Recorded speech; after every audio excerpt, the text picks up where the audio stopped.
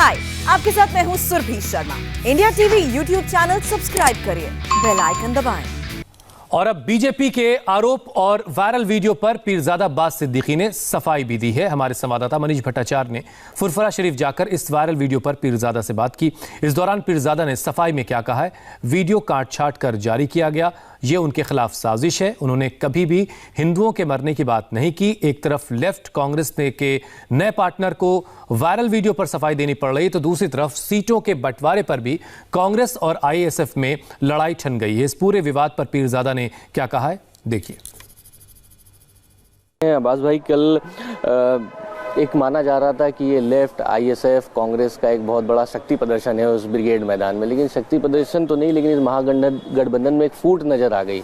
नाराज हो गए अधीर रंजन चौधरी, अब्बास भाई से हाथ नहीं मिलाया, और फिर उसके बाद मंच पे जो जिस तरीके से नारेबाजी आपके लग रहे थे उस वक्त वो नाराज होकर वहाँ से चलने लगे। ये सब क्या दिखा रहा है पॉलिटिकल पश्चिम बंगाल में? देखिए, हम हाथ मिलाने के बाद बोल रहे हैं, हम तो हाथ ही नहीं बढ़ाए तो हाथ कौन मिलाएगा। ये हाथ मिलाने के बाद नहीं है, बात दरअसल उन्होंने तकरीर कर रहे थे। हम जब स्टेज में चढ़े थे, कुछ लोग मैदान में जो आए थे वो लोग थोड़ा खुश होकर आवाज़ उठाए थे। तो स्वाभाविक बात, जगह ऐसे कोई आप तकरीर करे तो आवाज़ हो तो उसको तकरीर रोकना पड़ता है, इसीलिए अधीर रंजन चौधरी ने रोक दिया। इसमें बुराई कुछ नहीं है।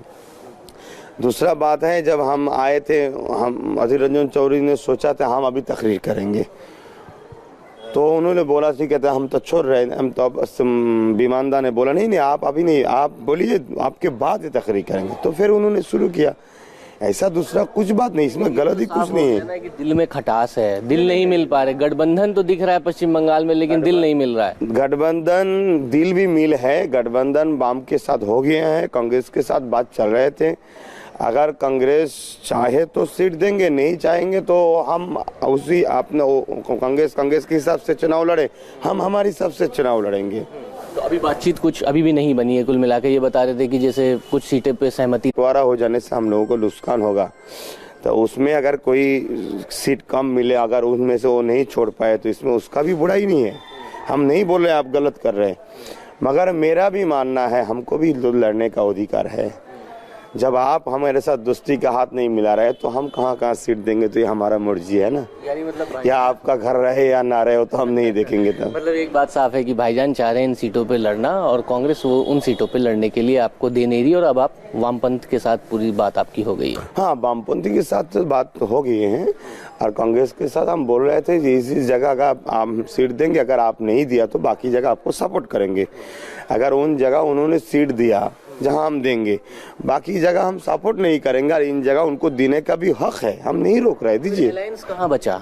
अलायंस देखिए, अलायंस वाम के साथ तो हो गए, अगर कांग्रेस के साथ नहीं भी हुआ फिर भी तो हम कोशिश करेंगे।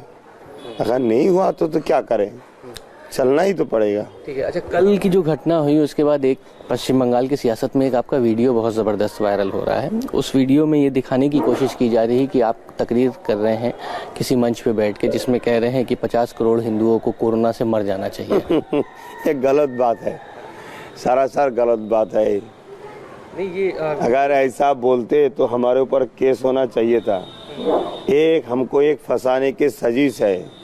आप हमको अगर वीडियो भी सुनाएंगे, हम तो बोलेंगे जो उसमें हिंदू कहीं भी लफ्ज नहीं है। दूसरा बात है उसका आगे क्या है पीछे क्या है तो खोल के बताना पड़ेगा।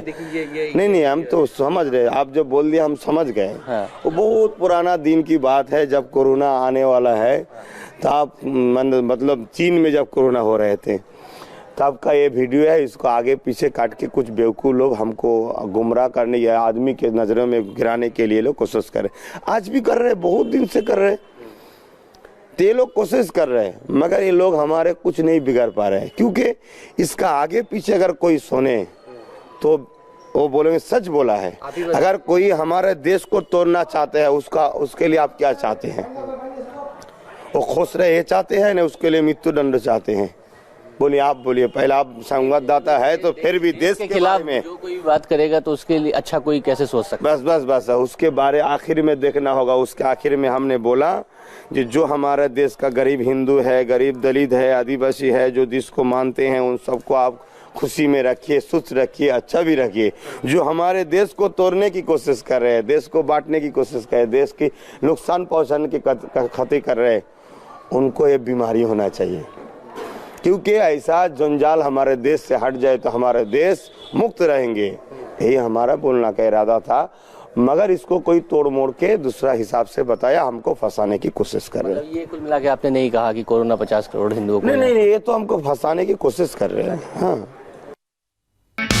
हाय, आई एम सुरभि शर्मा। खबरों से अपडेट रहने के लिए India TV YouTube channel subscribe करिए, साथ में बेल आइकन जरूर दबाएं। जुड़े रहें इंडिया टीवी के साथ।